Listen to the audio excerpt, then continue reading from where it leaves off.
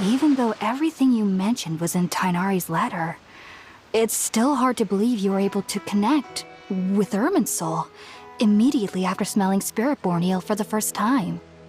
It took me nearly 3 years before I could do so. And everyone at the Academia even lauded me as a genius. You should know that some researchers spent their entire lives without ever successfully connecting with Irminsul as you have. So why does this incense allow people to connect to Irminsul?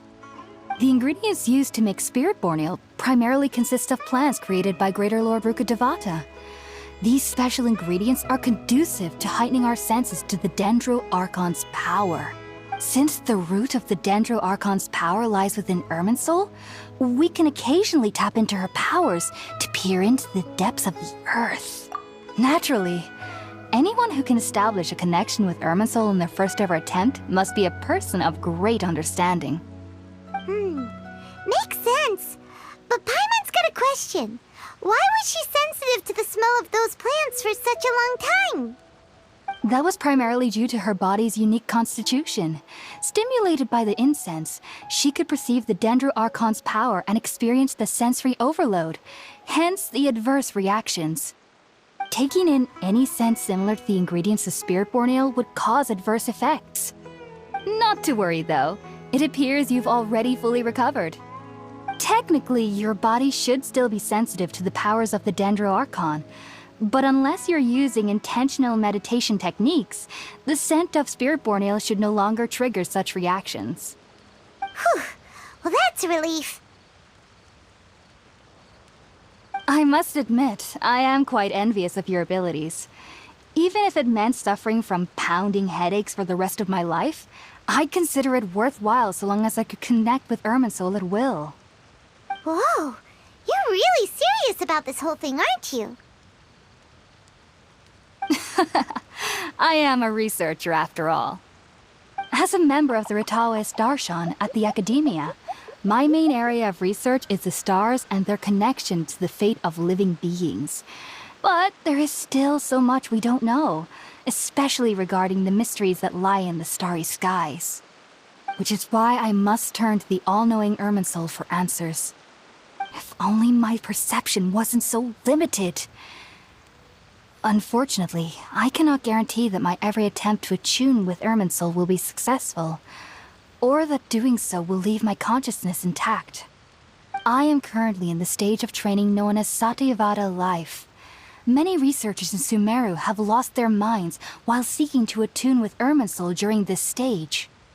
Sages have said that Irminsul contains divine knowledge, and touching such knowledge without the proper preparations and abilities will only lead to one's mind caving in on itself. That's why we meditate alone. We need to ensure that our minds will be calm while minimizing the possibility of involving anyone else.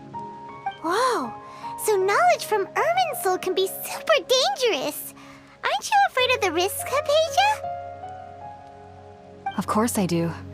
Especially during nights that are pitch black with no moonlight, and dead silent without even the sound of insects. However, I've been feeling better as of late. I don't get as scared anymore knowing that I have a little neighbor living nearby. I believe that being able to see them is a sort of blessing from the Dendro Archon. But what's strangest of all is that they're clearly an envoy of the God of Wisdom herself. And they have the curious power to make people dream. What's so strange about that? It doesn't sound so out of place for a divine being, does it? Well, it's strange because nearly nobody in Sumeru can ever dream. Huh. Is that true? Yes, well, to an extent. Only children can dream in Sumeru. Adults, however, never do. The sages say that wisdom implies rationality, but that which occurs in dreams is often neither rational nor logical. Yes, if one struggles with anxieties, those emotions could influence their dreams. The fact that the people of Sumeru do not have dreams is seen as a blessing by the sages. They believe that Greater Lord Rukkhadevata, the God of Wisdom, is keeping us away from the foolish delusions you encounter in your sleep. I was born into a family of scholars in Sumeru City. Ever since I was a child, my parents would always tell me that I'll know I've grown up once I stop dreaming. I studied hard, enrolled as a student in the academia, and went on to become a researcher. Sure enough, I never dreamed again. But then, on the day I scared the little Aranara, I suddenly saw a dream again. It was incredible. Though I don't exactly remember what I saw, I clearly recall the feeling. I suddenly felt like I was a child again. Back then, I was foolish and ignorant as any youth would be, but I was free of fear. Maybe dreaming isn't as bad as we've made it out to be. Just be sure not to speak of this if you travel to Sumeru City. They'll look at you as if you've lost your mind. So, do you have any thoughts about the things she saw when she connected with Irminsul? Sorry. I'm afraid I don't have any answers as of now. All I can say is that what you saw is a memory contained within Irminsul itself. World forget me.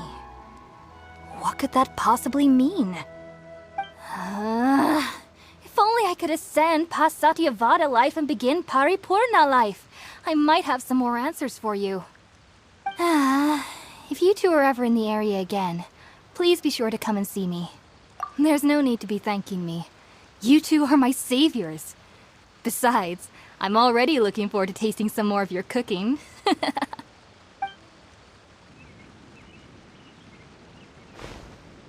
Now that we know Hypatia is alright and had the chance to ask her some questions, Paimon thinks it's about time to head back to Gandharvaville. Heading out, I see? If there's anything else you'd ever like to ask about, you know where to find me. Even though that little neighbor of mine was able to induce a state of dreaming, I doubt they were able to control the actual contents of the dream. The end of your dream seemed quite terrifying. Perhaps there's something that's troubling you deep inside? Not to worry, though. I'm sure you'll be able to handle whatever comes your way in the real world. As someone from Sumeru who cannot dream, I needn't ever worry about nightmares. But lately, I've started to feel that I'm somehow missing something without dreams.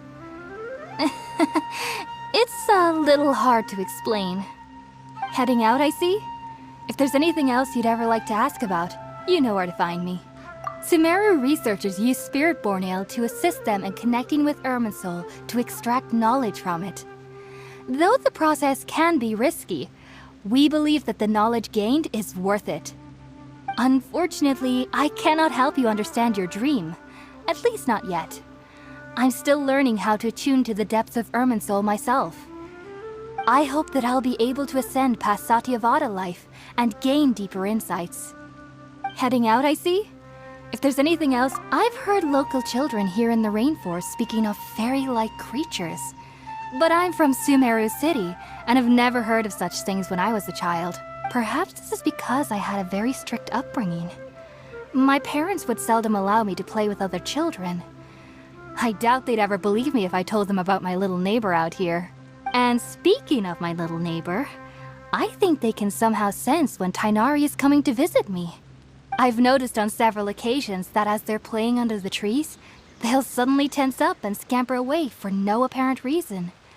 Shortly after they do this, Tighnari always shows up here.